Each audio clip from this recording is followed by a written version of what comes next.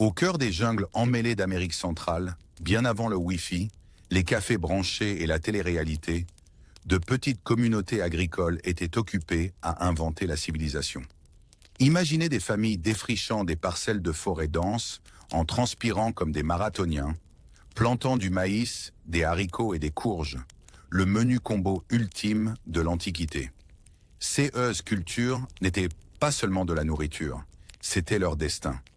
Le maïs devint la superstar de l'alimentation, les haricots le fidèle acolyte, et la courge le cousin rigolo dont personne ne parle, mais qu'on invite quand même au dîner. Ensemble, ils posèrent les bases de CE qui allait devenir la puissante civilisation maya. Les oiseaux criaient, les singes lançaient des fruits, parfois avec précision, parfois pas, et les villageois en simples tuniques tissées fredonnaient en travaillant. La jungle n'était pas qu'un décor, elle était à la fois supermarché et pharmacie. Chaque feuille, liane et bestiole étrange avait une utilité. Cuisiner, soigner ou effrayer son voisin. C'était un monde plein de couleurs, de sons et d'humidité, digne d'un sauna.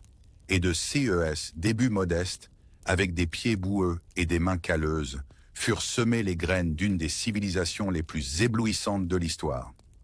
Ceux paysans ignoraient que leur champ de maïs inspirerait d'un jour légende, pyramide et tout un calendrier cosmique. Après que les premiers champs boueux de maïs eurent germé, les Mayas comprirent rapidement que l'agriculture n'était pas seulement une affaire de semis, mais de véritable ingénierie.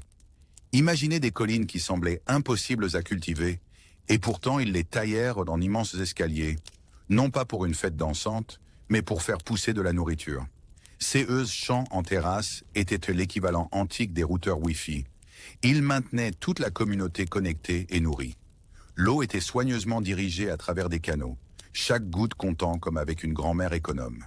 Maïs, haricots et courges non seulement survivaient, mais prospéraient sur ces marches vertes. Les agriculteurs portaient de simples tuniques de coton, s'essuyant le front, en montrant fièrement leurs rangées parfaitement alignées, comme des enfants alignant des figurines. Ce n'était pas glamour, mais c'était du génie. Grâce à ces systèmes ingénieux, les villages grandirent, les ventres restèrent pleins, et personne n'eut à manger de l'iguane rôtie 3 fois par jour, sauf s'il en avait envie. L'agriculture devint non seulement survie, mais aussi une sorte d'art, mélange de sueur, de science et d'entêtement. Depuis CES terrasses soigneusement empilées, les Mayas construisaient littéralement leur avenir, marche après marche, prouvant que nourriture et architecture pouvaient être meilleurs amis bien avant que les brunchs Instagram ne renissent à la mode. Avec la nourriture qui affluait des terrasses et des champs de maïs, les Mayas eurent le luxe de se dire « Pourquoi ne pas s'installer et construire quelque chose de permanent ?» C'est ainsi que naquirent les premiers villages. Pas vraiment des gratte-ciel, mais des grappes chaleureuses de maisons en bois, pierre et chaume. Les familles se rassemblaient autour des foyers, bavardant sur qui avait le maïs le plus dodu, tandis que les enfants couraient entre les huttes en jouant à chat avec des chiens qui se comportaient comme de vrais frères farceurs.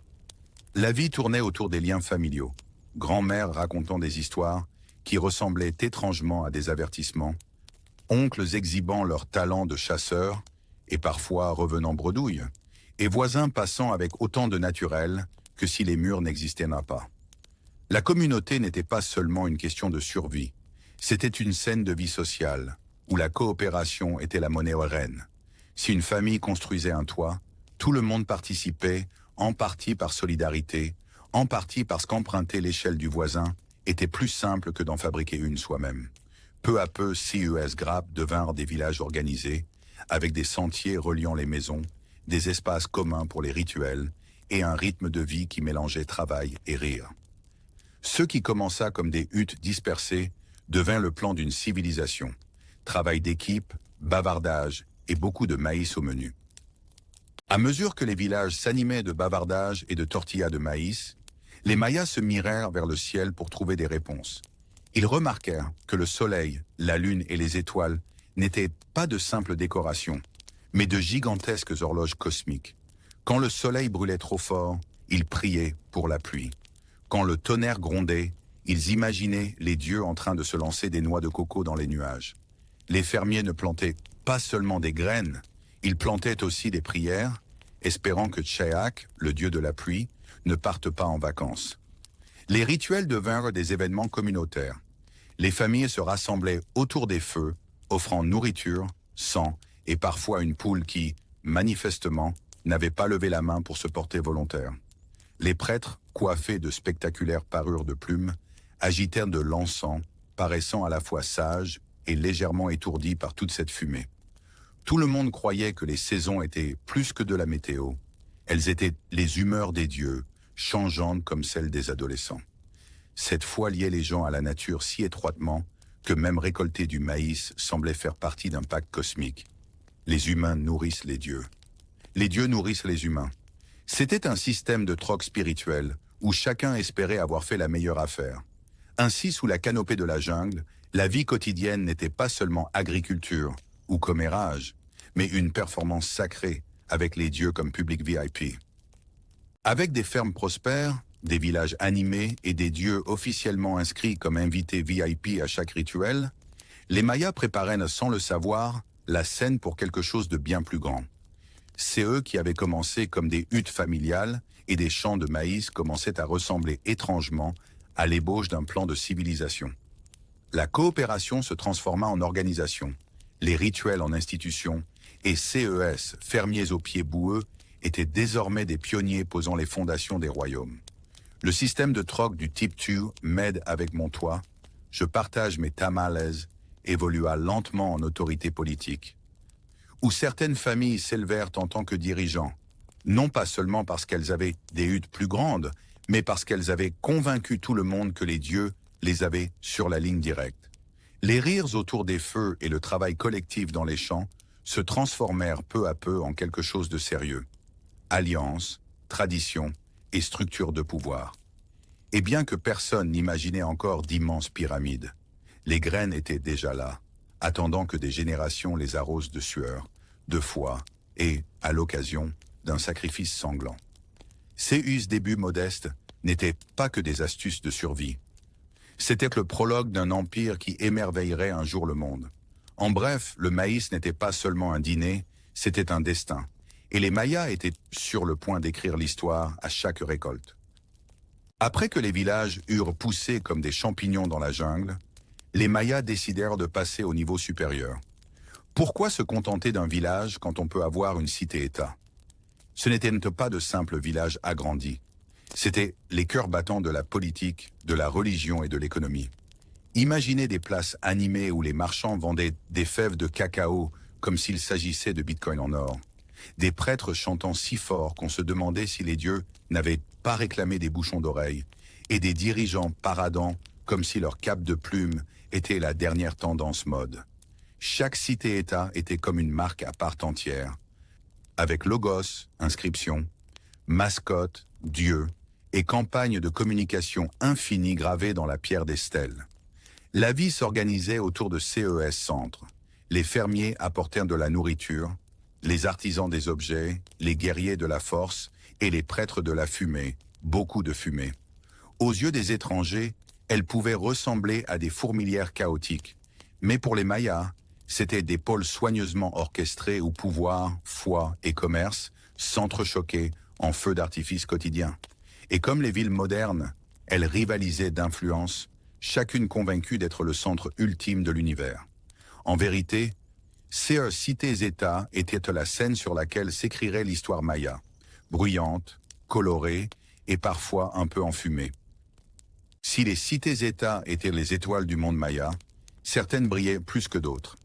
Prenez Tikal, le gratte-ciel de la jungle, avec des temples si hauts qu'on aurait dit que les arbres en étaient jaloux.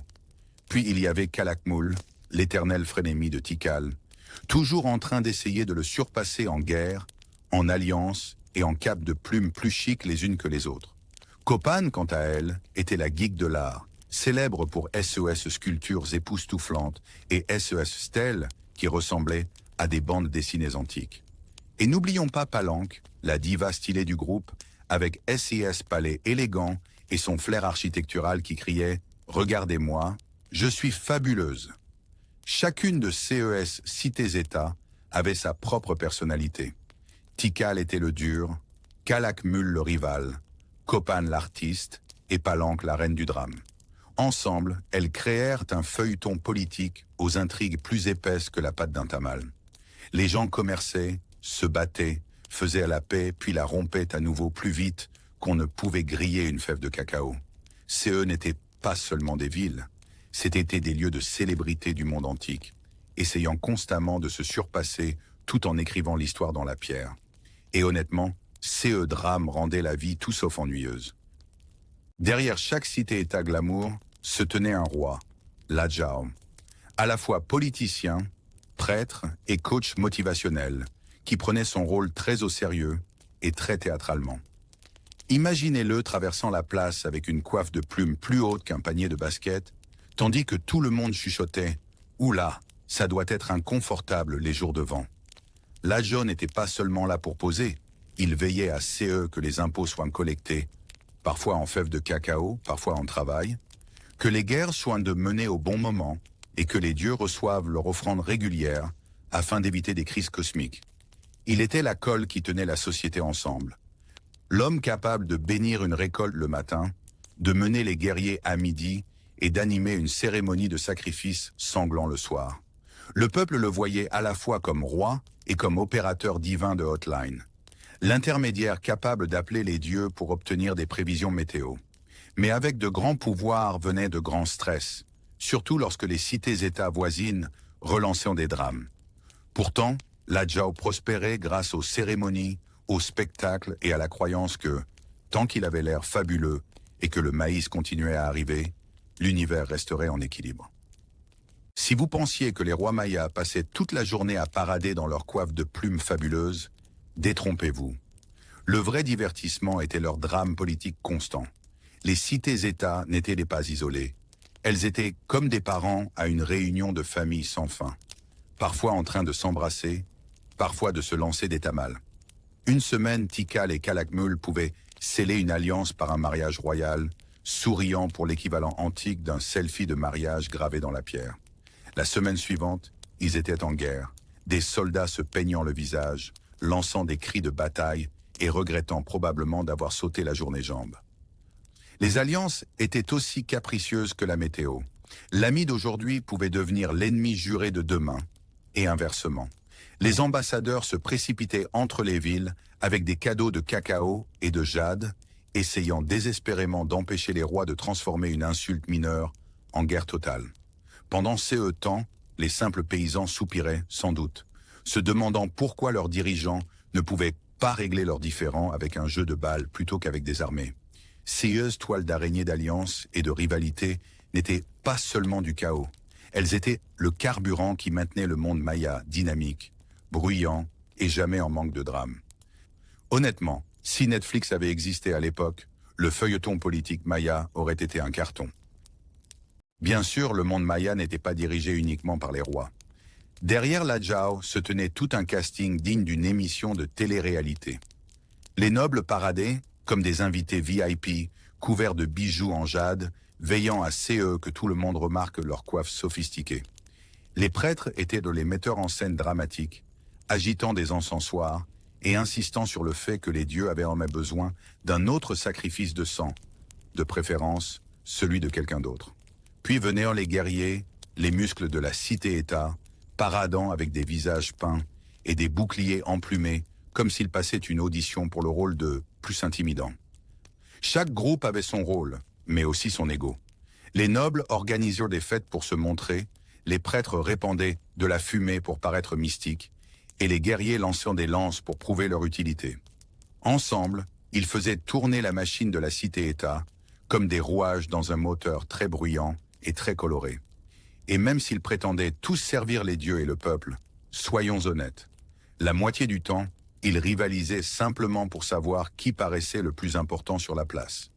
Néanmoins, cette pyramide chaotique du pouvoir donna aux Mayas force, structure et suffisamment de commérage pour rendre la vie intéressante.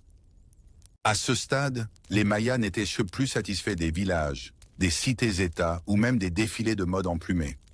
Non, si vous vouliez vraiment impressionner les dieux et vos voisins, il fallait quelque chose de grand, tape à l'œil et impossible à ignorer. La pyramide à degrés. Elles n'étaient pas construites uniquement pour faire joli, c'était des échelles cosmiques, reliant la terre aux cieux, avec en prime une excellente excuse pour que les prêtres grimpent des marches sans fin. Imaginez un paysan voyant ce dirigeant ordonner la construction d'une montagne de pierres géantes et pensant « Super, mais on pourrait aussi avoir un plus grand grenier à maïs ?» Chaque pyramide criait puissance, de l'autorité de la Jave à la présence des dieux, gravée dans la pierre et empilée jusqu'au ciel. Les escaliers n'étaient là pas seulement des escaliers, c'étaient des podiums symboliques où avaient lieu les rituels, avec des prêtres marchant de façon théâtrale, comme s'ils auditionnaient pour devenir le top modèle de l'univers. Et chaque niveau de la pyramide rappelait que la vie elle-même était organisée en étapes. L'inframonde, le monde humain et les cieux. En bref, CES Pyramide était à la fois temple, scène de théâtre et ascenseur cosmique. Et si rien d'autre, elle prouvait que les Mayas étaient des maîtres dans l'art de transformer des pierres en histoires assez grandes pour durer éternellement. Maintenant, la vraie question, comment diable les Mayas ont-ils construit CES, temples colossaux, sans roues, sans outils en fer ni grue? La réponse, travail d'équipe, muscles et beaucoup de plaintes créatives. Imaginez des équipes de travailleurs traînant d'énormes blocs de pierre avec des cordes, des traîneaux en bois et une pure détermination, tandis qu'un type au fond marmonnait « Une roue, ça ne serait pas pratique ?» Chaque pierre était taillée avec des outils en pierre. Oui, de la pierre taillant de la pierre, et ajustée avec une telle précision que même les bâtisseurs modernes plisseraient les yeux d'incrédulité. Les superviseurs se tenaient à proximité, coiffes de plumes oscillant, essayant d'avoir l'air important, tout en apportant probablement rien d'autre que des discours motivants. Les prêtres, bien sûr, affirmaient que les dieux exigèrent le temple, c'est eux qui tombaient bien, car personne ne pouvait discuter avec des plans divins. Tout le processus était lent, épuisant et spectaculaire, comme un projet de bricolage séculaire sans mode d'emploi. Mais le résultat, des temples qui tiennent encore debout aujourd'hui, défiant le temps, la météo et d'innombrables touristes armés de perches à selfie. Les Mayas ont prouvé que, qui a besoin de roues quand on a l'ingéniosité, la foi et une main-d'œuvre capable de transformer la volonté pure en chef-d'œuvre de pierre? Parmi toutes les cités mayas, Chichén Itzá était la superstar, et son monument vedette n'était autre que la pyramide de Kukulkan. Imaginez-le comme le calendrier cosmique ultime déguisé en gratte-ciel de pierre géant. Avec 365 marches, une pour chaque jour de l'année, elle criait littéralement « Nous avons inventé la version en pierre de Google Agenda ». 2 fois par an, lors de l'équinoxe, le soleil projette une ombre qui ressemble à un énorme serpent dévalant l'escalier, comme si la pyramide elle-même offrait un spectacle d'effets spéciaux des siècles avant Hollywood. Pèlerins, marchands et probablement quelques sceptiques se rassemblaient pour regarder, haletant et chuchotant des choses comme « Ce serpent vient-il de bouger ?» Les prêtres, bien sûr, s'attribuaient tout le mérite. Oui, totalement prévu. Merci beaucoup. Au-delà du spectacle, Chichén Itzá était un centre de commerce, de politique et de rituels, animé comme un Times Square antique. Mais soyons honnêtes, la véritable vedette était la pyramide de Kukulkan, à la fois temple, projet scientifique et scène pour un spectacle lumineux cosmique. Même aujourd'hui, elle éblouit encore les touristes, prouvant que les Mayas connaissaient non seulement l'astronomie, mais aussi l'art de captiver un public. Comme si les pyramides géantes n'étaient pas assez impressionnantes, les Mayas décidèrent aussi de construire un observatoire cosmique. El Caracol, une tour ronde qui ressemblait étrangement à une station spatiale antique. De là, les prêtres se transformaient en astronomes, plissant les yeux vers le ciel nocturne et prenant des notes avec tout le sérieux de scientifiques de la NASA, mais sans télescope. Ils suivaient Vénus comme une célébrité, planifiant rituels et guerres selon SES apparition, comme pour dire « Désolé, nous ne pouvons pas envahir aujourd'hui, Vénus n'est pas d'humeur ». Les fenêtres de l'observatoire étaient parfaitement alignées sur des événements célestes, montrant les talents mathématiques et astronomiques des Mayas, au point que les paysans se demandaient si leurs dirigeants n'étaient pas secrètement des magiciens. Les villageois regardaient probablement la tour en pensant « C'est donc là que vivent les dieux », ou du moins où traînent les nerds du village. El Caracol n'était pas seulement un bâtiment.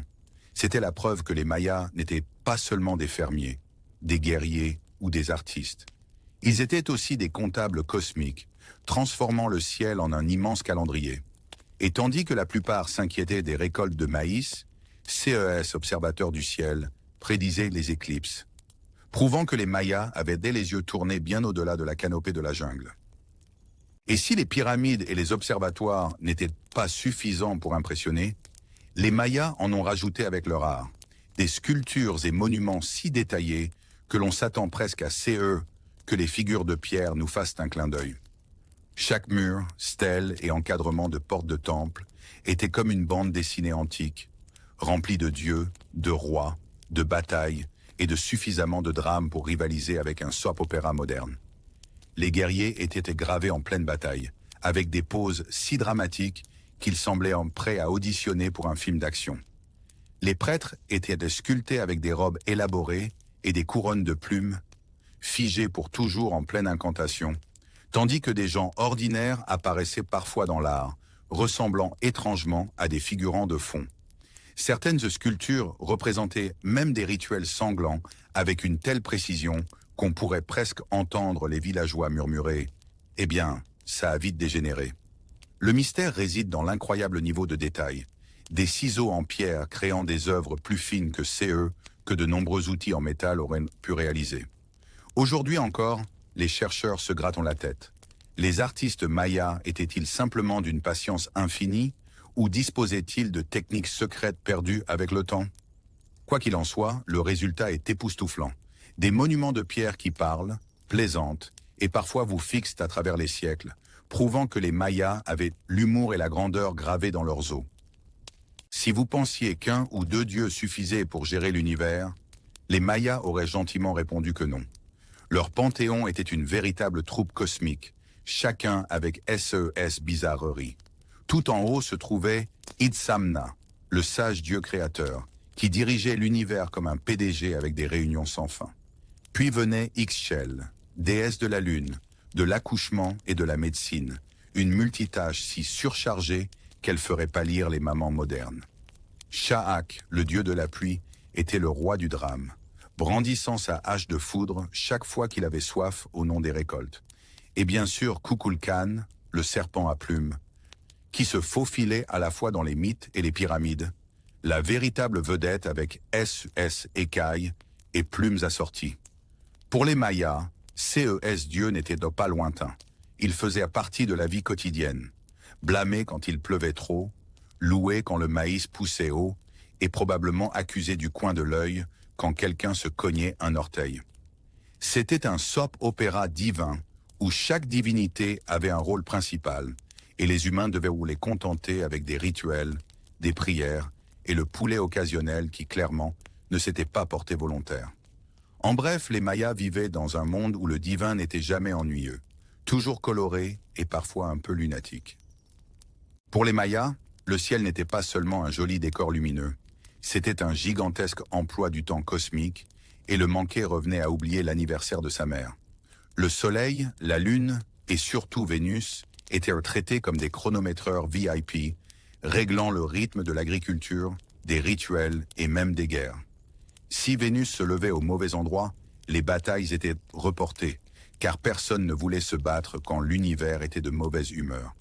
Les prêtres passaient des nuits entières à observer les étoiles, gribouillant dans des codex et marmonnant des choses comme « Non, pas de maïs aujourd'hui. Mercure fait des siennes. » Leur calendrier n'était pas de simples outils. C'étaient des contrats sacrés avec les dieux, alignant soigneusement la vie humaine avec les cycles cosmiques. Chaque éclipse solaire, chaque équinoxe, chaque mouvement étrange dans le ciel était perçu comme un SMS divin, et les Mayas s'assurèrent d'y répondre par des cérémonies. Pour les agriculteurs, cela signifiait que planter n'était pas une question de hasard. C'était une planification approuvée par le ciel. Et alors qu'aujourd'hui nous dépendons d'applications météo, les Mayas avaient un mieux, une astronomie spirituelle qui combinait science, foi et juste assez de paranoïa cosmique pour garder tout le monde en alerte. Pour les Mayas, la religion n'était pas seulement des prières silencieuses, c'était une véritable fête, à parts égales entre célébration et don de sang. Imaginez des défilés colorés avec des danseurs en costume de plumes, des tambours battant si fort que même les dieux devaient taper du pied. La fumée d'encens emplissait l'air, se mêlant à l'odeur du maïs rôti, tandis que les villageois acclamaient, chantaient et se disputaient probablement sur qui portait la plus grande coiffe. Mais au cœur de ces festivités se trouvait le sacrifice. Le sang était considéré comme le signal Wi-Fi ultime pour se connecter aux dieux. Rois et nobles se perçaient la langue ou les oreilles de manière dramatique, tandis que les prêtres proclamaient « les dieux l'exigent ». Poulets et parfois des captifs moins chanceux rejoignaient le rituel, garantissant que la boîte mail divine restait pleine. Cela peut sembler macabre aujourd'hui, mais pour les Mayas, c'était aussi normal que de payer des impôts. Douloureux, oui, mais nécessaire. Ces cérémonies liaient la communauté, rappelant à chacun que les dieux avaient de l'appétit et qu'il valait mieux ne pas les laisser affamer. Entre les danses, les chants et les saignées, les festivals mayas étaient un mélange déchaîné de joie et de crainte, à la fois carnaval et contrat cosmique. Si le ciel était glamour, les Mayas avaient aussi un endroit pour le côté obscur. Xibalba, l'inframonde. Mais ne l'imaginez pas seulement comme ténèbres et damnation, pensez-y plutôt comme un jeu télévisé tordu, animé par des dieux effrayants. Les légendes décrivaient Xibalba comme un royaume rempli de pièges, maison de l'obscurité, maison des chauves-souris, maison des couteaux. Bref, tous les décors de films d'horreur réunis en un seul. Les seigneurs de Xibalba étaient espiègles et cruels, défiant les âmes avec des épreuves si étranges qu'on se demandait si les dieux n'avaient pas trop de temps libre. Un faux pas, et vous vous retrouviez dans une pièce pleine de moustiques éternels. Ceux qui ressemblent au pire cauchemar de tout campeur. Pourtant, les Mayas ne voyaient pas Xibalba seulement comme une punition. C'était une partie du cycle cosmique, un lieu où la vie, la mort et la renaissance se mêlaient. On croyait que les âmes courageuses pouvaient déjouer ces dangers, transformant la terreur en triomphe. Ainsi, tandis que les villageois priaient Shak pour la pluie ou Ixchel pour un accouchement sûr, ils allumaient aussi de l'encens en espérant que les seigneurs de Xibalba n'exagèrent pas leurs blagues. Pour les Mayas, même l'au-delà avait son lot de drames, d'humour et une dose de carburant pour cauchemar. Dans le monde maya, les prêtres n'étaient pas seulement des guides spirituels. Ils étaient aussi astronomes à temps partiel, organisateurs d'événements, présentateurs météo et, soyons honnêtes, machines à fumer professionnelles. Vêtus de somptueuses coiffes de plumes et de robes couvertes de symboles sacrés, ils traversaient les places comme des célébrités divines. Leur rôle consistait à interpréter les messages des dieux. C'est eux qui signifiaient souvent passer la nuit à observer les étoiles pour ensuite déclarer « Oui, il est temps d'un nouveau sacrifice de sang ». Les villageois leur faisaient confiance parce que, franchement, qui d'autre pouvait prétendre avoir les dieux en ligne directe? Ils décidaient quand planter les cultures, quand faire la guerre et quand la communauté devait se rassembler pour un festival, faisant d'eux les planificateurs ultimes de la société maya. Et même si certains levèrent les yeux au ciel devant les rituels interminables, tout le monde savait qu'il valait mieux ne pas les ignorer. Car si le prêtre disait que les dieux étaient de mauvaise humeur, personne ne voulait risquer de devenir le punching ball cosmique. Avec des chants, de l'encens et un sens du spectacle, les prêtres maintenaient l'équilibre délicat entre humain et divin, prouvant que dans la société maya, une bonne connexion avec le ciel était aussi importante qu'une bonne récolte. Dans la vie quotidienne maya, le maïs n'était pas seulement de la nourriture, c'était la vie elle-même, le VIP doré de chaque foyer. Selon leur mythe, les humains étaient littéralement faits de pâtes de maïs. C'est eux qui expliquent probablement pourquoi les fermiers traitaient chaque épi comme un membre de la famille. Les champs s'étendaient à perte de vue, avec des hommes et des femmes travaillant côte à côte, plantant, désherbant et plaisantant sur le fait que les dieux avaient clairement inventé l'agriculture comme un programme d'entraînement cosmique. Les enfants suivaient, aidant à chasser les oiseaux, tout en chipant en cachette des morceaux de maïs grillés quand personne ne regardait. Les festivals célébraient la récolte du maïs avec danse, chants et offrandes, afin de s'assurer que Shak continue d'envoyer la pluie et ne décide pas plutôt de binge-watcher des nuages. Des tortillas au tamal, le maïs apparaissait à chaque repas, chaque rituel, chaque recoin de la culture maya. Oubliez l'or ou le jade. Ce humble grain était la véritable monnaie de survie. Pour les Mayas, le maïs n'était pas seulement une culture. C'était la colle qui tenait ensemble leur ventre, leurs histoires et leur identité. En résumé, les Mayas ne faisaient en pas que manger du maïs. Ils étaient le maïs et ils le revendiquaient fièrement. Si le maïs était la nourriture de la vie, le cacao était le carburant du marché.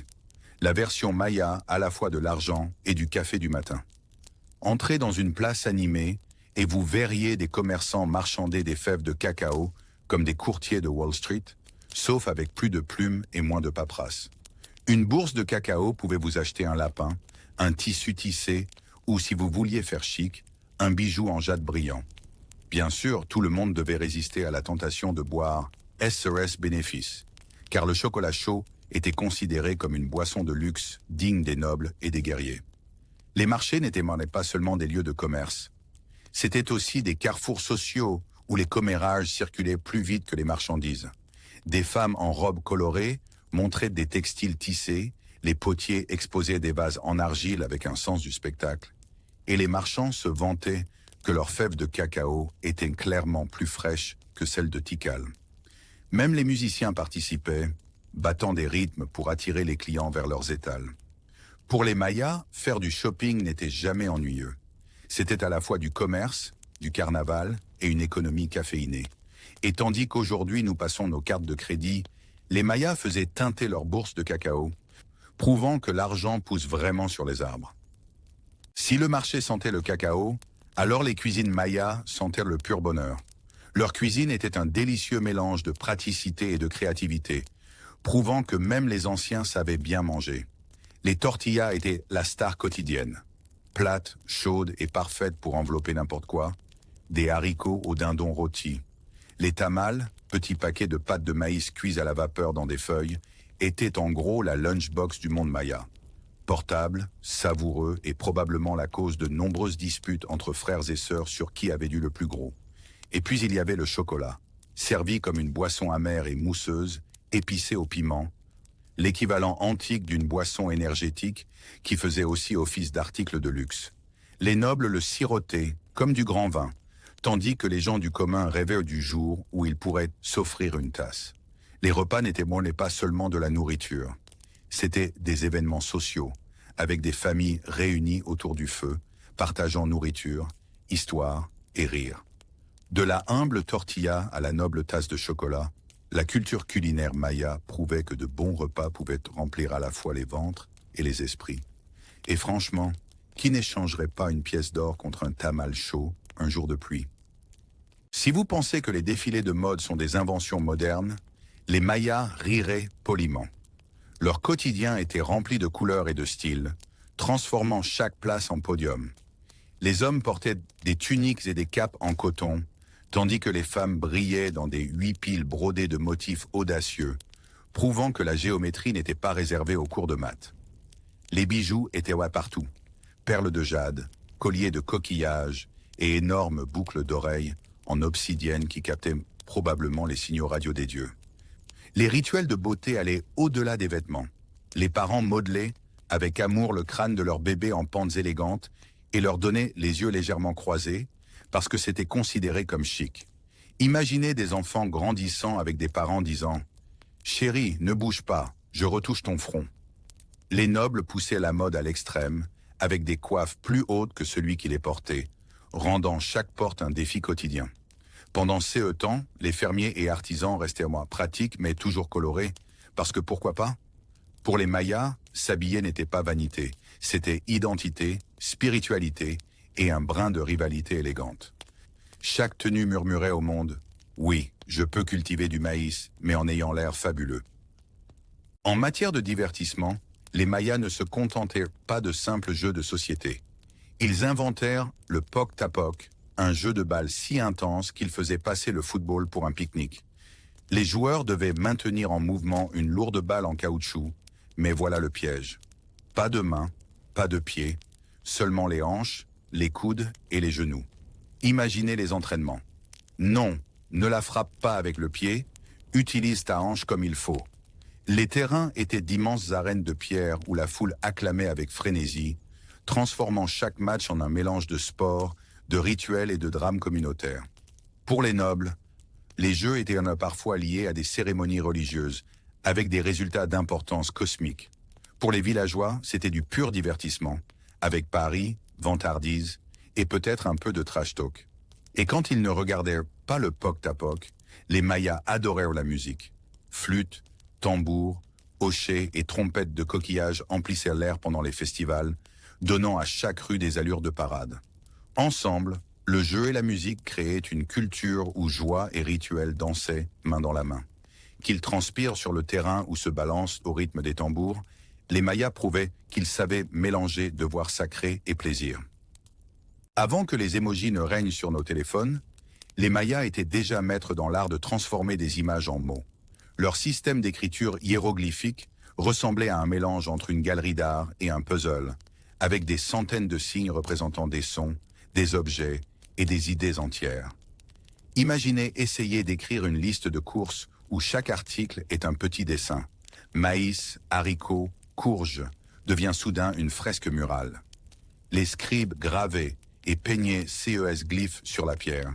Les codex et la poterie, veillant à que l'histoire, les mythes et les vantardises royales soient préservés pour l'éternité.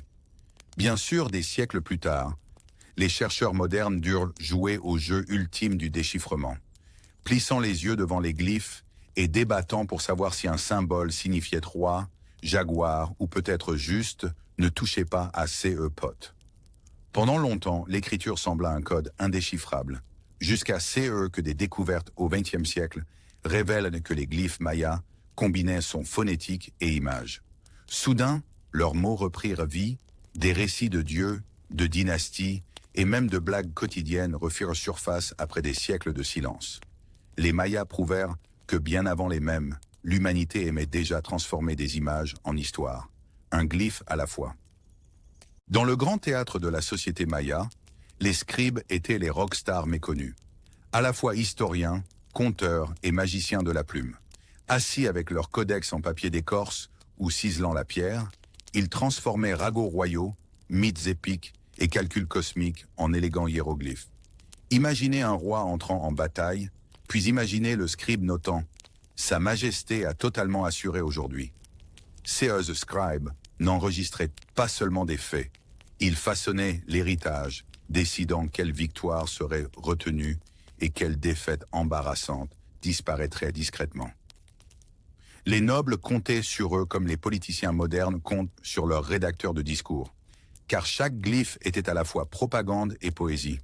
Leurs bureaux n'étaient pas des espaces tranquilles, ils travaillaient sous le regard de prêtres, de dirigeants et de villageois curieux, tous impatients de voir quelle histoire serait gravée dans l'éternité. Et même s'ils semblaient sérieux, on peut presque imaginer un sourire en coin lorsqu'ils ajoutaient un peu de panache supplémentaire au triomphe d'un roi. Pour les Mayas, les scribes n'étaient pas des figurants de fond, ils étaient les gardiens de la mémoire, veillant à que, lorsque les générations futures se retourneraient, l'histoire se lise comme une saga épique plutôt qu'une ennuyeuse liste de courses.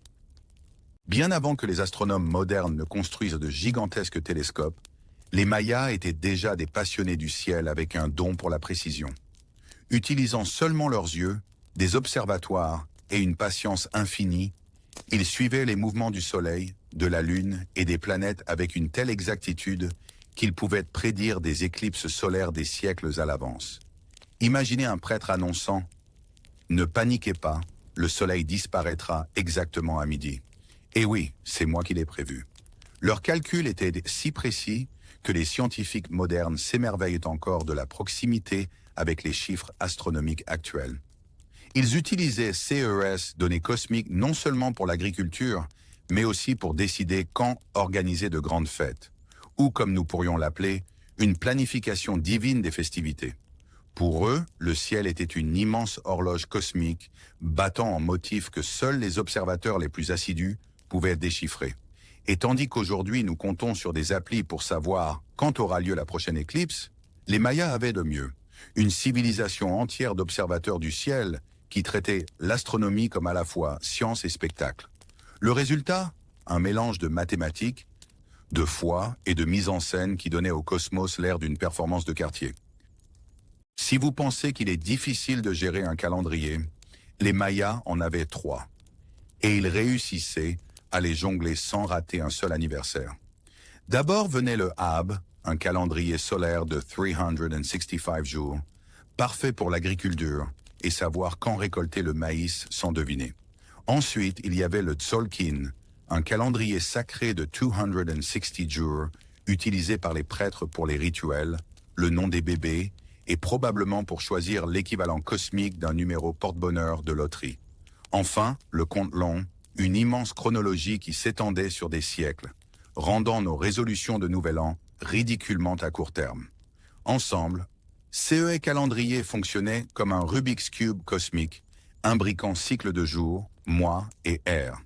Les scribes et prêtres les suivaient avec une précision impressionnante, annonçant « Bonne nouvelle, aujourd'hui est propice pour planter des haricots, mais terrible pour un rendez-vous chez le coiffeur. » Quand le compte long se réinitialisait, CE n'était pas la fin du monde. Désolé, même de 2012. Mais le début d'un nouveau cycle, comme appuyé sur actualiser dans l'univers. Les Mayas ont prouvé que le temps n'était pas seulement une ligne droite. C'était une danse de nombres, de rituels et de chorégraphies cosmiques. Pour les Mayas, le cerveau et les briques allèrent de pair. Leur savoir n'était pas seulement écrit dans des livres, mais gravé dans des villes entières. Prenons leurs mathématiques. Ils ont inventé le concept de zéro des siècles avant une grande partie du monde, prouvant qu'ils étaient en avance alors que le reste de l'humanité comptait encore sur SES doigts. Avec CE génie mathématique, ils ont conçu des villes à la symétrie époustouflante, des pyramides alignées avec les étoiles et des terrains de jeu reflétant l'ordre cosmique. Imaginez un bâtisseur disant « Pas d'inquiétude, les angles s'alignent avec Vénus, donc les dieux approuveront totalement. » Leurs compétences architecturales n'étaient pas seulement pratiques, elles étaient des déclarations de pouvoir et d'intellect. Ponts, places et temples affichaient une géométrie si précise qu'elle ferait vérifier 2 fois leur calculatrice aux ingénieurs modernes. Et le meilleur, ils ont fait tout cela sans outils en métal ni roue, uniquement avec de l'ingéniosité et du travail d'équipe. Du plus petit glyphe à la plus haute pyramide, les Mayas ont prouvé que la connaissance pouvait être à la fois fonctionnelle et belle. Leur héritage rappelle que la science et l'art ne font pas que coexister. Ils organisent ensemble une fête spectaculaire. L'armée maya n'était pas une bande de paysans avec des bâtons. C'était une force disciplinée avec du style, de la stratégie et une profusion de plumes. Les soldats portèrent des armures rembourrées et colorées, des coiffes d'animaux et brandissaient des massues de bois incrustées de lames d'obsidienne assez tranchantes pour rendre jaloux même les couteaux modernes. Imaginez affronter un guerrier à moitié homme, à moitié jaguar, totalement prêt à gâcher votre journée. Leurs armées étaient organisées en rang, avec des nobles menant la charge comme des capitaines flamboyants, tandis que les roturiers remplissaient les rangs comme fantassins. La stratégie comptait, embuscade dans la jungle, siège de cité rivale et guerre psychologique avec des cris de guerre terrifiants. Mais voici le twist, la victoire ne signifiait pas toujours tuer.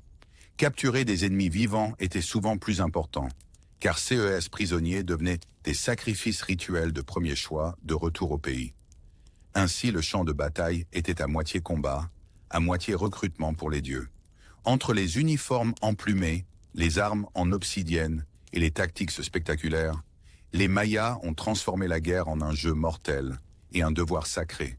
Et soyons honnêtes, rien n'est plus intimidant qu'un soldat hurlant déguisé en jaguar avec une hache de verre volcanique. Si le monde maya avait eu une rivalité aussi dramatique qu'une finale sportive, CE serait Tikal contre Calakmul.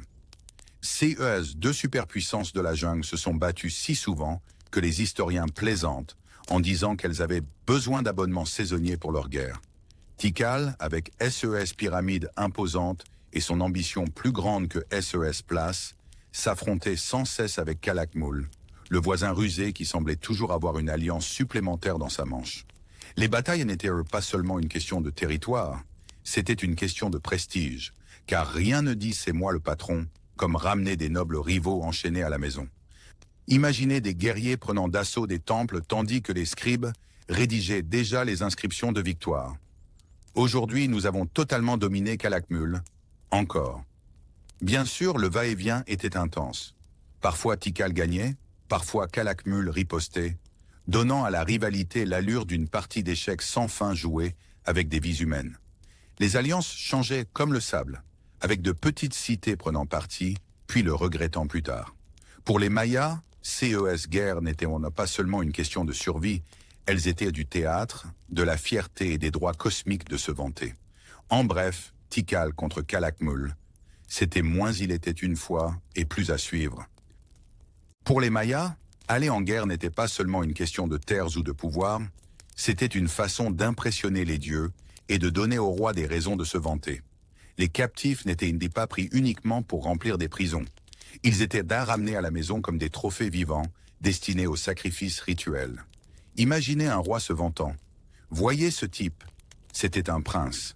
Maintenant, c'est un invité VIP pour l'hôtel. Plus le captif était prestigieux, plus le souverain marquait de points cosmiques, transformant les victoires en validation divine. Les batailles se terminaient souvent par de grandes cérémonies où les tambours tonnaient, la fumée d'encens s'élevait et les prisonniers malchanceux réalisaient qu'ils allaient devenir la vedette du spectacle. Et pour les spectateurs, c'était à moitié un devoir religieux, à moitié un théâtre terrifiant, un mélange de dévotion et de spectacle.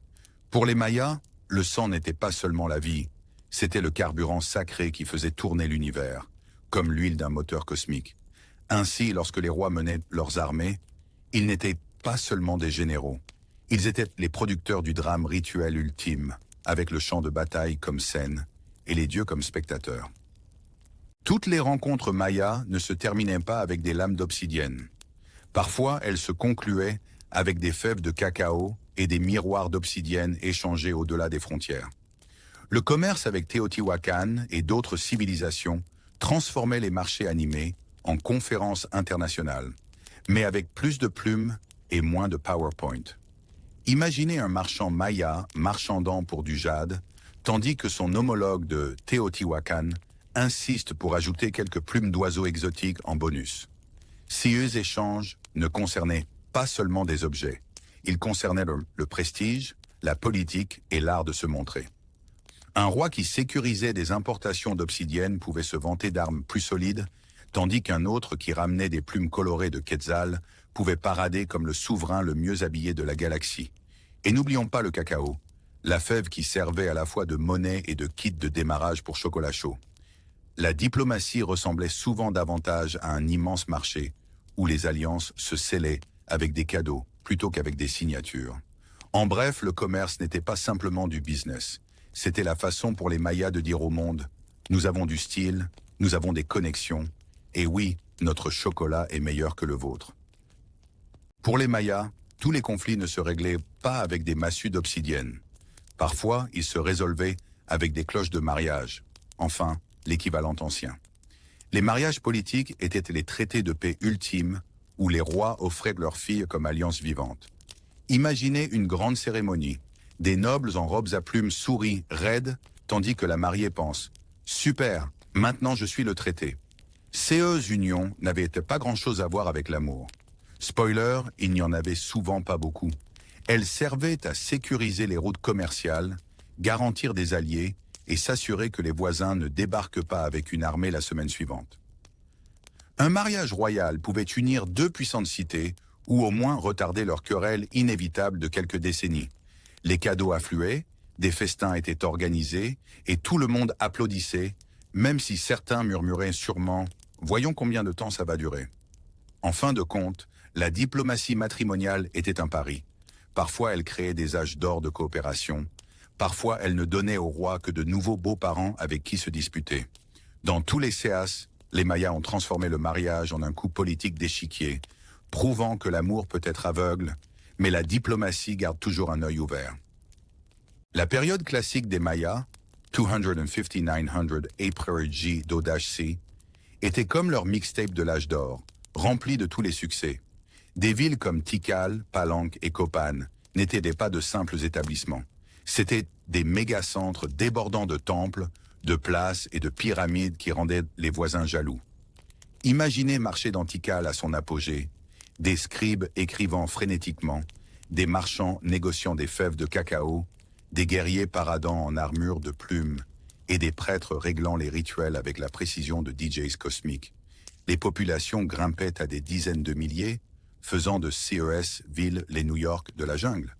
Et bien sûr, les rois rivalisaient pour avoir les monuments les plus grands et les plus tape à l'œil, parce que qu'est-ce que le pouvoir sans une pyramide plus haute que celle de ton rival? L'art, la science et la politique fleurissaient ensemble, transformant chaque coin en un mélange de devoirs sacrés et de compétitions ostentatoires. C'était une époque où les Mayas semblaient inarrêtables, leur culture rayonnant de splendeur à travers toute l'Amérique centrale. Avec le recul, c'était moins un siècle de plus et plus l'air blockbuster de la civilisation maya. Si la période classique fut l'âge d'or des Mayas, alors l'art en fut les bijoux étincelants. Les Mayas n'étaient pas seulement des bâtisseurs de pierre, ils étaient des artistes avec du panache. Leurs sculptures représentaient des rois à la fois puissants et légèrement suffisants, tandis que les dieux apparaissaient avec des poses dramatiques dignes de héros de bandes dessinées. Les fresques éclataient de couleurs vives, montrant la vie quotidienne, les batailles et les cérémonies, transformant les murs en équivalents antiques des feeds Instagram. La poterie ne servait pas seulement à boire du chocolat, c'était une toile de glyphes tourbillonnants et de motifs malicieux, parfois représentant des nobles en plein festin comme saisis sur le vif. Chaque pièce avait des couches de sens, où une gravure de jaguar n'était pas juste un chat, c'était une métaphore cosmique avec des crocs. Et le détail. Les artisans taillaient l'obsidienne avec une précision assez aiguisée pour vous mettre mal à l'aise. Pour les Mayas, l'art n'était pas une décoration, c'était de la propagande, du récit et une ligne directe spirituelle avec les dieux. C'était beau, puissant et parfois un peu excessif, exactement comme une civilisation à son apogée doit être rappelée. Les Mayas n'étaient pas seulement des guerriers et des architectes, ils étaient aussi les médecins du quartier avec une impressionnante pharmacie d'herbes. Oubliez les pilules modernes. Les Mayas pouvaient soigner les maux de tête avec de l'écorce d'arbre, apaiser les maux d'estomac avec du cacao et même panser des blessures avec des feuilles écrasées servant de pansement naturel. Leurs guérisseurs, à la fois scientifiques et chamans, détenaient un savoir mêlant observation et rituel. Imaginez-en un examinant un patient tout en murmurant des prières pour éloigner les esprits agaçants de l'inframonde. Certains remèdes nous semblent encore familiers. Aloe pour les brûlures, miel pour les infections, piment pour stimuler la circulation. D'autres, disons qu'ils étaient un peu plus expérimentaux, comme utiliser des plantes hallucinogènes pour diagnostiquer des maladies, car rien ne dit diagnostic précis, comme voir des visions de jaguars parlants. Mais blague à part, la tradition médicale maya était en avance de plusieurs siècles, combinant botanique pratique et croyances spirituelles. Leur approche ne consistait pas seulement à soigner les corps, elle visait à maintenir l'équilibre entre humain, nature et Dieu. En un sens, chaque guérisseur était à la fois pharmacien et négociateur cosmique, armé d'herbes, de champs et peut-être d'une pincée de piment. À l'âge d'or des Mayas, la société était organisée comme une liste d'invités très stricte pour une fête. Tout en haut trônaient dans les rois et reines, profitant de trônes emplumés et de boissons de cacao si épaisses qu'il fallait une cuillère. Les nobles paradaient comme des influenceurs, exhibant bijoux de jade et coiffes élaborées. Les prêtres, quant à eux, géraient à la fois le calendrier et le bien-être spirituel de chacun. Imaginez un astrologue mélangé à un coach de vie. En dessous, les scribes étaient les rockstars intellectuels, écrivant l'histoire avec des glyphes que seule l'élite pouvait lire, faisant d'eux les gardiens des ragots de la civilisation. L'éducation était surtout un privilège noble, où les jeunes seigneurs apprenaient les mathématiques, l'astronomie et bien sûr comment paraître sérieux en portant des plumes. Les roturiers n'étaient pas totalement exclus. Ils cultivaient, fabriquaient et jouaient aux jeux de balle qui étaient à la fois sport et parfois audition pour l'au-delà. La hiérarchie était stricte, mais elle donnait aux Mayas un rythme. Chaque classe avait son rôle, et ensemble, ils construisaient une société à la fois ordonnée et fabuleusement théâtrale. Pensez moins à tous les hommes sont égaux, et plus à chaque homme connaît son costume pour la pièce cosmique. L'éclat de la culture maya ne resta pas enfermé dans la jungle. Il se répandit à travers toute l'Amérique centrale, comme la version ancienne d'une tendance virale. Leur système de calendrier impressionna les voisins, leurs glyphes inspirèrent d'autres écritures, et leur architecture influença des cités bien au-delà des terres mayas. Imaginez un diplomate venu d'une autre civilisation entrant dans Chichen Itza, la mâchoire tombant comme quelqu'un découvrant Times Square pour la première fois. Les routes commerciales transportaient non seulement du cacao et du jade, mais aussi des idées, des histoires et des rituels. Bientôt, des éléments de la religion et du style maya apparurent dans toute la Mésoamérique comme des caméos culturels. Même des siècles plus tard, les conquistadors espagnols furent stupéfaits de trouver le savoir maya intégré dans la vie des peuples voisins. C'était comme si les Mayas avaient laissé un signal Wi-Fi culturel, puissant, élégant et impossible à ignorer. Leur âge d'or n'était pas seulement une question de briller chez eux. Il s'agissait d'exporter cet éclat partout. Et honnêtement, qui ne voudrait pas copier la civilisation qui a réussi à combiner chocolat, pyramides et mathématiques cosmiques en un seul package éblouissant? Aussi glorieuses que fussent les cités mayas, même les pyramides les plus grandioses ne pouvaient stopper les drames de la famille royale. Les crises internes éclataient comme des feuilletons en avance rapide. Des rois se disputaient avec leurs frères, les nobles complotaient en secret, et parfois des cités entières se scindaient en camps rivaux, plus vite qu'on ne pouvait dire qui obtient la couronne de jade.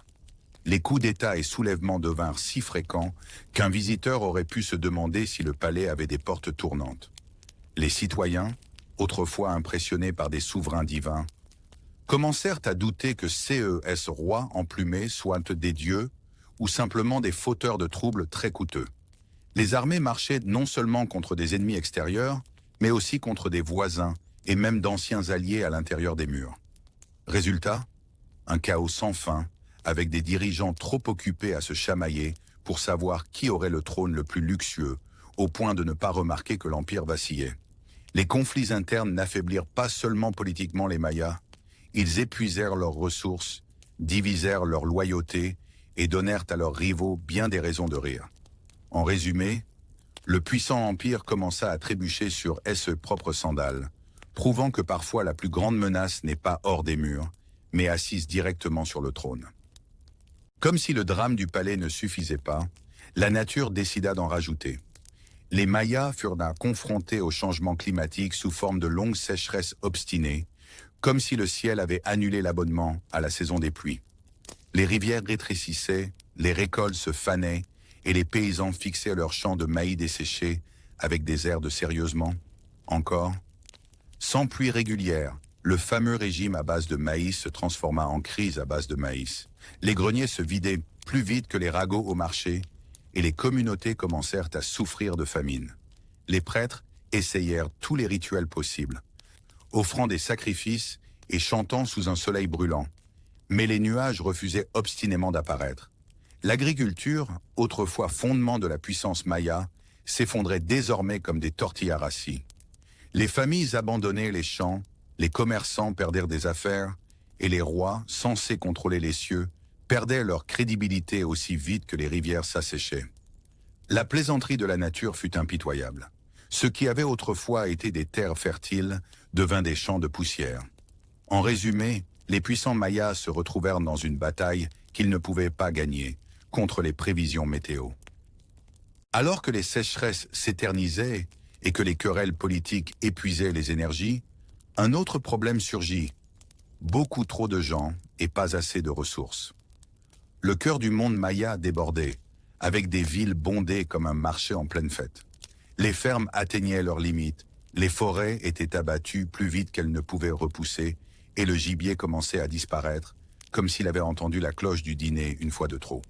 Les roturiers transportaient des jarres d'eau et du bois de chauffe, avec des visages de plus en plus fatigués, tandis que les nobles exigeaient plus de tribut, comme si les ressources étaient infinies. Bientôt, les pénuries touchèrent tout, de la nourriture au bois en passant par les sols fertiles. Les paysans travaillaient plus dur pour des récoltes plus petites, et les commerçants peinaient à trouver des biens à échanger. C'était comme si la terre elle-même avait atteint la limite de sa carte de crédit et que la facture arrivait enfin. La surpopulation transforma l'empire en cocotte-minute. Des bouches affamées, des champs rétrécis et moins de ressources provoquèrent des troubles que même les pyramides les plus grandioses ne pouvaient cacher. Les Mayas ne furent pas vaincus par la paresse. Ils furent simplement dépassés par leur propre succès. Comme si les luttes internes, les sécheresses et la surpopulation n'étaient pas déjà suffisantes, Les Mayas durent affronter un dernier casse-tête, les invasions et les influences extérieures. Les groupes voisins, sentant la faiblesse comme des jaguars flairant un dîner, se précipitèrent pour piller des villes et revendiquer des territoires. Des marchands étrangers arrivèrent avec des objets brillants, mais aussi des politiques sournoises, formant des alliances qui se transformaient en trahison plus vite que l'on ne pouvait échanger une fève de cacao. Les guerriers, qui autrefois se battaient dans de glorieuses rivalités entre cités, durent soudain repousser de tout nouveaux ennemis aux portes. Certains étrangers apportèrent de nouveaux styles de combat, de nouvelles armes, ou simplement un talent particulier pour semer le chaos. Pendant ce temps, la pression constante érodait peu à peu des cités déjà fragiles, laissant les rois s'accrocher désespérément à un pouvoir en ruine. Ces n'étaient pas seulement des lances et des flèches, c'était l'érosion lente de l'indépendance. Alors que les cultures extérieures s'infiltraient dans la vie maya, changeant le commerce, la religion et la politique. En fin de compte, la pression étrangère fut comme la poussée finale sur une pyramide vacillante. Elle n'a pas construit l'effondrement, mais elle lui a certainement donné le dernier coup décisif. Aux 9e et 10e siècles, de nombreuses grandes cités mayas commencèrent à ressembler davantage à des villes fantômes qu'à des centres animés de pouvoir. Les rues autrefois pleines de marchands et de bavardages résonnaient désormais du bruit des grillons, tandis que les places abandonnées accumulaient de la poussière au lieu de foule. Les pyramides massives restaient plantées là, maladroites, comme des meubles trop grands que personne n'avait l'énergie de déplacer, leurs marches couvertes de mauvaises herbes. Les familles faisaient discrètement leurs bagages, laissant derrière elles maisons, temples et marchés, comme si elles avaient simplement oublié de revenir après le déjeuner. Les chercheurs débattent encore des raisons exactes. Sécheresse, guerre, politique, ou peut-être une blague cosmique des dieux, mais une chose est claire, les villes se vidèrent plus vite qu'un pot de cacao lors d'une fête. Les rois perdirent leurs fidèles, les prêtres leur auditoire, et les terrains de jeu de bal leurs joueurs. Ce qui avait autrefois été un monde vibrant de rituels et de pouvoir s'était réduit au silence. L'effondrement ne fut pas un seul grand fracas, mais une lente disparition, un ghosting graduel de villes entières par leur propre peuple. Même si les grandes cités mayas ont fini par disparaître, leur esprit architectural n'a jamais vraiment pris sa retraite. Regardez autour de vous aujourd'hui et vous verrez des échos de leur génie apparaître dans des endroits surprenants. Ces huses marchent en forme de pyramide. On retrouve leur influence dans les stades modernes et même dans certains bâtiments gouvernementaux qui semblent à un couvre-chef de plumes prêt d'accueillir une cérémonie de sacrifice. Des architectes du monde entier ont étudié le talent maya pour mêler beauté et précision cosmique, notamment leur obsession d'aligner les temples sur les étoiles. C'était comme si l'urbanisme ancien avait un GPS secret, sauf qu'au lieu de satellites, il était alimenté par des constellations. Même les gratte-ciel aux façades de verre élégantes empruntent parfois la géométrie imposante des pyramides mayas, simplement avec moins de jaguars et plus d'ascenseurs. Leurs esthétiques sculptées dans la pierre, leurs vastes places et leurs terrasses superposées ont ouvert la voie à la manière dont l'humanité construit des monuments durables. Les Mayas n'ont peut-être pas inventé l'acier ou le béton, mais leur sens de l'équilibre, de la symétrie et du spectaculaire inspire encore les bâtisseurs qui veulent que leurs œuvres restent debout et de préférence ne s'effondrent pas avant le prochain millénaire. Les Mayas ont peut-être laissé leur grande cité derrière eux, mais leur langue et leur culture sont loin d'être éteintes. Aujourd'hui, des millions de personnes au Mexique, au Guatemala et au Belize parlent encore des langues mayas, prouvant que la langue des anciens a de meilleures compétences de survie que la plupart des stars de télé-réalité. Dans les villages, les grands-mères racontent des histoires du soir qui ressemblent à des sagas épiques, tandis que les enfants lèvent les yeux au ciel mais mémorisent secrètement chaque mot. Les vêtements traditionnels, vibrants de motifs tissés, transforment les marchés quotidiens en défilés de mode dont Paris ne peut que rêver.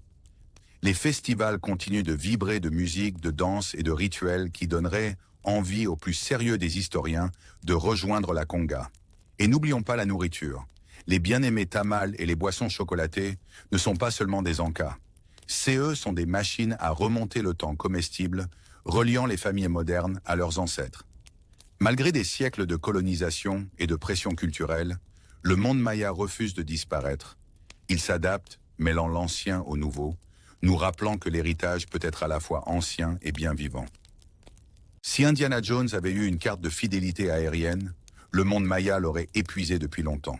Les archéologues continuent de mettre au jour des temples, des pyramides et des glyphes mystérieux qui renversent les manuels scolaires et forcent les musées à réorganiser leurs rayons tous les quelques années. Un jour, une équipe découvre un masque de jade enfoui sous des siècles de terre, et le lendemain, quelqu'un déchiffre un glyphe qui révèle les potins des rois anciens. Preuve que même les souverains ne pouvaient résister à l'envie de se vanter. Les ruines de villes comme Palenque et Tikal ne sont pas de simples tas de pierres. Ce sont d'énormes livres d'histoire écrits en calcaire et en stuc. Et grâce aux technologies modernes, comme les scans LIDAR, des villes entières cachées sont apparues sur les écrans, choquant les experts et ravissant les touristes qui réalisent de soudain que leur destination de vacances est en fait une bibliothèque à ciel ouvert. Chaque artefact, de la poterie peinte au codex griffonné, est comme une punchline livrée en retard mais toujours hilarante. Les Mayas nous ont laissé des indices partout, nous défiant de relier les points. Et le meilleur, nous n'avons pas encore fini de découvrir. Des blockbusters hollywoodiens aux romans indépendants, les Mayas sont devenus des stars culturelles invitées qui ne semblent jamais quitter la scène. Imaginez, à un moment, une pyramide apparaît dans un film d'action, brillant de façon inquiétante, pendant que le héros court pour sauver sa vie. Au suivant, un calendrier maya est utilisé comme rebondissement pour prédire la fin du monde. Même les dessins animés pour enfants glissent des serpents à plumes et des jeux de balles dans la jungle, faisant rire les enfants tout en leur apprenant un peu d'histoire. Les écrivains empruntent les mythes mayas comme s'ils se servaient à un buffet à volonté. Xibalba surgit comme le méchant ultime de l'au-delà, tandis que Kukulkan s'insinue dans les pages de bandes dessinées en ayant l'air bien plus cool que n'importe quel dragon. Les artistes modernes, eux aussi, jouent avec les motifs mayas. Les motifs géométriques inspirent les créateurs de mode et les sculpteurs réinventent les stèles avec des néons. L'ironie amusante est que les Mayas, autrefois guerriers redoutés et penseurs cosmiques, sont désormais des célébrités à temps partiel dans la pop culture. Leur héritage, reconditionné avec du popcorn et une logique de popcorn, prouve une chose, l'immortalité porte parfois des lunettes 3D. Ainsi, les Mayas nous laissent non seulement des ruines et des glyphes, mais aussi un clin d'œil cosmique qui dit « survis assez longtemps ». Et toi aussi, tu pourras être à la mode pour toujours. Leur histoire parle moins d'effondrement que de résilience, car malgré les sécheresses, les guerres et les colonisateurs aux choix vestimentaires douteux, leurs idées battent encore dans notre monde. De la façon dont nous construisons, aux aliments que nous mangeons, jusqu'aux mythes qui se glissent dans nos films, les Mayas murmurent à travers les siècles « La créativité, c'est l'immortalité ». Leur civilisation a peut-être trébuché, mais leur esprit a trouvé un moyen de se faufiler dans l'ère moderne, déguisé en tablettes de chocolat, cartes stellaires et caméos dans la pop culture. La leçon ludique est claire. Pas besoin de durer éternellement si ton influence réapparaît sans cesse comme le personnage de jeu vidéo le plus têtu du monde. Les Mayas nous rappellent que les civilisations ne disparaissent pas. Elles évoluent, s'adaptent et parfois font un photobombe dans le futur. En bref, leur cadeau immortel prouve que le génie ne prend jamais vraiment sa retraite. Il change juste de costume.